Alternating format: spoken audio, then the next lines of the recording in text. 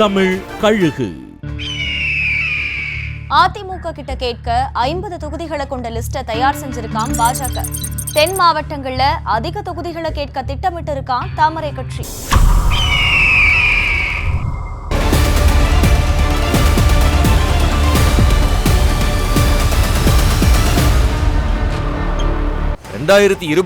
தேர்தல்ல பாஜகவுக்கு சட்டமன்ற தொகுதி வாரியா எங்கெல்லாம் அதிகமா ஓட்டு கிடைச்சிருக்கோ அத அடிப்படையா வச்சு 50 தொகுதிகள் லிஸ்ட தயார் செஞ்சிருக்கான் பாஜகவோட தொகுதி தேர்வு உயர்மட்ட குழு.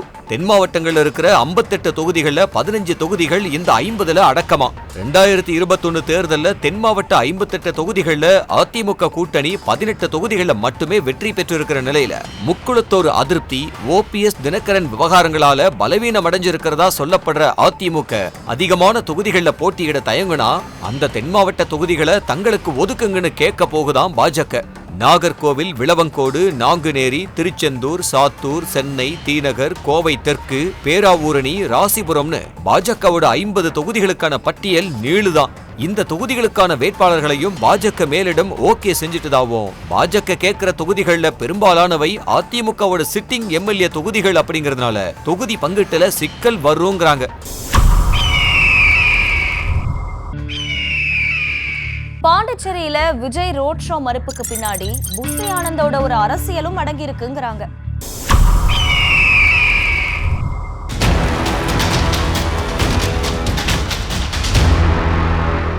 டிசம்பர் 5ஆம் தேதி பாண்டிச்சேரியில ரோட் ஷோ நடத்த விஜய் தரப்புல அனுமதி கேட்கப்பட்டிருக்க ரோட் ஷோவுக்கு அனுமதி மறுத்த பாண்டிச்சேரி காவல்துறை பொதுக்கூட்டத்துக்கு மட்டுமே அனுமதி கொடுக்கிறதா சொல்லியிருக்கான். காவல்துறை கிட்ட தாவேக்க தரப்புல அனுமதி கேட்கப்பட்டு பிறகு புஸ்ஸி ஆனந்தும் ஆதவ் அர்ஜுனாவும் பாண்டிச்சேரி முதல்வரை நேர்லயும் சந்திச்சாங்க. அப்ப அதிகப்படியான கூட்டம் வரும்னோ, அவ்வளவு கூட்டத்துக்கான சாலைகள் நீங்க கேட்கிற பகுதியில இல்ல, நிச்சயமா பெரிய அளவுல அசம்பாவிதம் நடக்கும்னு போலீஸ் ரிப்போர்ட் சொல்லுது. அதனால போலீஸ் சொல்ற இடங்கள்ல ஃபார்மாலிட்டிஸ் எல்லாம் பூர்த்தி செஞ்சு உங்களுக்கு தோதான இடத்துல கூட்டம் மட்டும் போட்டுக்கோங்க, ரோட் ஷோ வேண்டாம். பாஜகவும் இதுல எதிர்ப்பு தெரிவிச்சிருக்கு. தேர்தல் நெருங்குற இந்த சமயத்துல ஏதாவது அசம்பாவிதம் நடந்தா அது பெரிய சிக்கலாயிரும்னு முதல்வர் ரங்கசாமி விலாவரியா எடுத்து சொன்னாராம். விஜய் முதல் முறையா பாண்டிச்சேரிக்கு வர்றதால தன்னோட சொந்த ஊர்ல செல்வாக்க காட்டணும்னு முடிவு செஞ்ச புஸ்ஸி ஆனந்த் தமிழ்நாட்டில் இருக்கிற எல்லா மாவட்ட செயலாளர்களுக்கும் போன் போட்டு இதுவரைக்கும் பார்க்காத கூட்டத்தை தளபதி பாண்டிச்சேரியில பார்க்கணும்னு உத்தரவு போட்டாராம். பாண்டிச்சேரிய குலுங்க வைக்கிற கூட்டத்துக்கு நாங்க கேரண்டின்னு அவங்களும் கோதாவளை இறங்க. இதையெல்லாம் மோப்பம் பிடிச்ச பாண்டிச்சேரி போலீஸ் கரூர் சம்பவம் ரிப்பீட் ஆகிடக்கூடாதுங்கிற எச்சரிக்கையோட விஜய் கோரிக்கையை நிராகரிச்சிருச்சான். தோட்டக்கலைத்துறையில 70 கோடி ரூபாய் அளவுக்கான முறைகேடுகள் வெளிச்சத்துக்கு வந்ததால விசாரணை சூடு பிடிச்சிருக்கான்.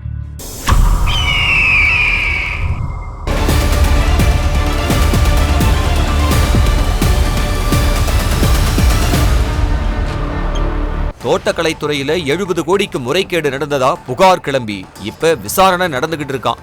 நுண்ணீர் பாசன திட்டம், தேசிய தோட்டக்கலை இயக்கக திட்டம்னு 2 திட்டங்கள் மத்திய அரசோட நிதி பங்களிப்போட தமிழ்நாட்டுல செயல்படுத்தப்பட்டு வருது. இந்த திட்டங்கள்ல போலி பில்கள் மூலமா மோசடி நடந்திருக்கான். தோட்டக்கலைத்துறை திட்டங்களை செயல்படுத்துறது தொடர்பா வீடியோ எடுத்ததுனால லட்சக்கணக்கான தொகைக்கு போலியா பில் போட்டு அதிகாரிகள் பணத்தை சுருட்டினதா புகார் ஒரு பக்கமும், ஆலோசனை கூட்டங்களுக்கு ஸ்நாக்ஸ் வாங்கினது, வாடகைக்கு கார் எடுத்ததுன்னு இன்னொரு பக்கம் இஷ்டத்துக்கு எழுதி கொள்ளை அடிச்சிருக்கிறதா சொல்றாங்க. கடந்த 4 ஆண்டுகள்ல 70 கோடிக்கு மேல முறைகேடுகள் நடந்ததுக்கான விவரங்கள் கசிய தீவிர விசாரணை நடந்துகிட்டு இருக்கா. ஜெயலலிதா பாணியில ஒரு கார் தினமும் பிரச்சார கூட்டத்துக்கு உத்தரவாதம்னு திராவிட பேச்சாளர் நாஞ்சில் சம்பத்துக்கு விஜய் ஆஃபர் கொடுக்க தாவேகாவில் ஐக்கியமாக போறாராம் சம்பத்.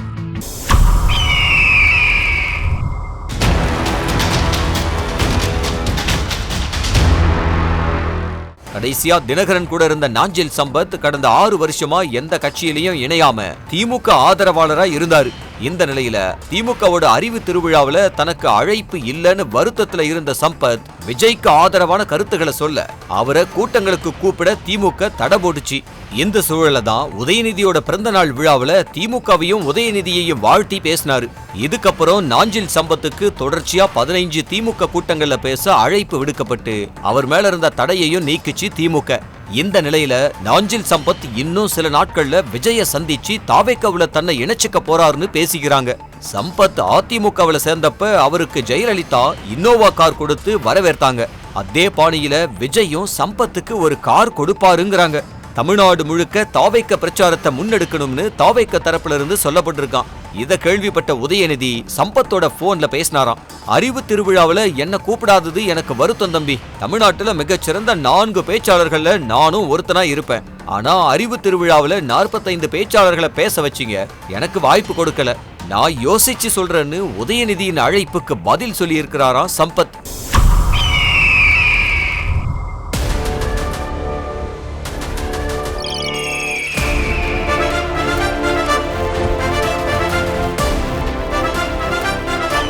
நியூஸ் தமிழ் கழுகு.